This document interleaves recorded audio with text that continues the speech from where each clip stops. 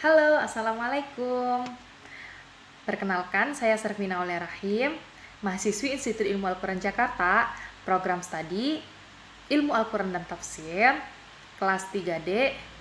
Berikut saya akan menjelaskan apa sih mutlak dan muqayyad itu. Nah, yang pertama, saya akan menjelaskan apa itu mutlak. Kata mutlak berasal dari kata atlaqo yang bermakna melepaskan atau membebaskan.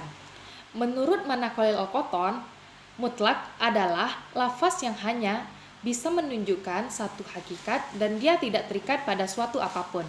Jadi, dia hanya menunjukkan pada suatu zat tanpa ditentukan. Lafaz mutlak itu sendiri pada umumnya berbentuk seperti lafaz nakiroh, seperti lafaz rokobah dalam surah An-Nisa ayat 92 yang berbunyi Bismillahirrahmanirrahim fatahriru raqabatin mu'minatin. Artinya, hendaklah ia memerdekakan seorang hamba sahaya yang beriman. Nah, lafaz di sini mencakup memerdekakan setiap hamba sahaya. Lafaz raqabah ini juga berlaku umum untuk semua jenis budak, baik itu mukmin maupun kafir.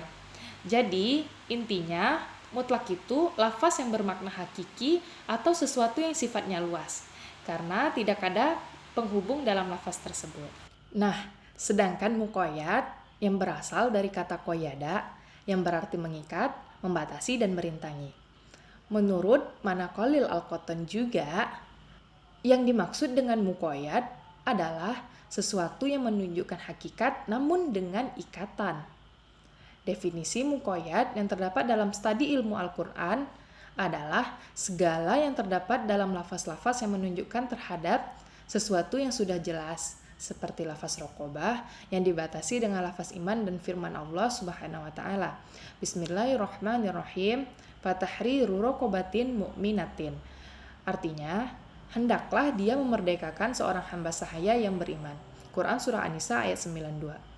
Kita dapat menarik kesimpulan bahwa yang dimaksud dengan muqayyad ialah suatu lafaz yang hakiki dan diikuti oleh lafaz yang mensifatinya, sehingga lafaz tersebut menjadi jelas. Contoh lafaz mutlak dan muqayyad. Dalam status hukum dari lafaz mutlak dan muqayyad ini dapat dikategorikan dalam 4 bentuk. Di antaranya, yang pertama, sebab dan hukumnya sama. Ada kalanya ketika menelaah mutlak dan muqayyad yang terkandung dalam satu ayat dan ayat lain sama dalam hukum dan sebab. Maka dalam hal ini status lafaz mutlak dibawakan kepada lafaz yang muqayyad. Dalam contoh surah Al-Maidah ayat 3 yang berbunyi Bismillahirrahmanirrahim Hurrimat alaikumul maitatu waddamu walahmul khinzir, yang artinya diharamkan atasmu bangkai dan darah dan daging babi.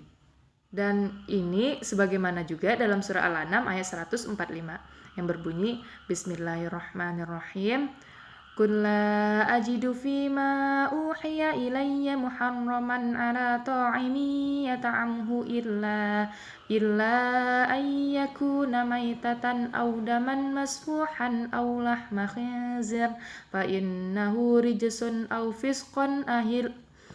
fisqan uhilla li ghairillahi bih, yang artinya, katakanlah, tiadalah aku memperoleh dalam wahyu yang diwahyukan kepadaku sesuatu yang diharamkan bagi orang yang hendak memakannya, kecuali kalau makanan itu bangkai atau darah yang mengalir atau daging babi, karena sesungguhnya semua itu kotor, dan binatang yang disembelih selain nama Allah. Pertama, yang terdapat potongan kata adama yang merupakan bentuk lafaz mutlak, karena kata tersebut tidak ada batasan. Sedangkan pada ayat yang kedua terdapat kata daman masfuhan. Kata ini termasuk ke dalam lafaz muqayyad, karena ada sifat yang menerangi darah tersebut, yaitu mengalir. Maka, jika kita semakin telaah lagi, bahwa kedua ayat tersebut memiliki hukum yang sama, yaitu tentang pengharaman darah dan juga memiliki sebab yang sama, karena darah itu adalah sesuatu yang kotor. Maka dapat disimpulkan bahwa dua ayat ini memiliki sebab dan hukum yang sama. Adapun pembagian mutlak dan muqayyad yang kedua adalah sebab dan hukumnya beda. Yang ketiga, berbeda dalam sebab dan sama dalam hukum. Dan yang terakhir, sebab sama dan berbeda dalam hukum. Nah, sekarang argensi. Apa sih argensi mempelajari mutlak dan muqayyad itu? Setelah dicari-cari dan dari yang aku pahami, argensi mempelajari mutlak dan muqayyad itu adalah yang pertama, agar mengetahui pemahaman yang benar dari makna ayat. Yang kedua, mengetahui hukum yang dimuat dalam Al-Quran, apakah itu bersifat mutlak atau terbatasi. Dan yang ketiga, dengan memahami mutlak dan muqayyad, kita bisa menggabungkan dua teks atau ayat yang secara tersurat seperti kontradiksi atau satu sama lain.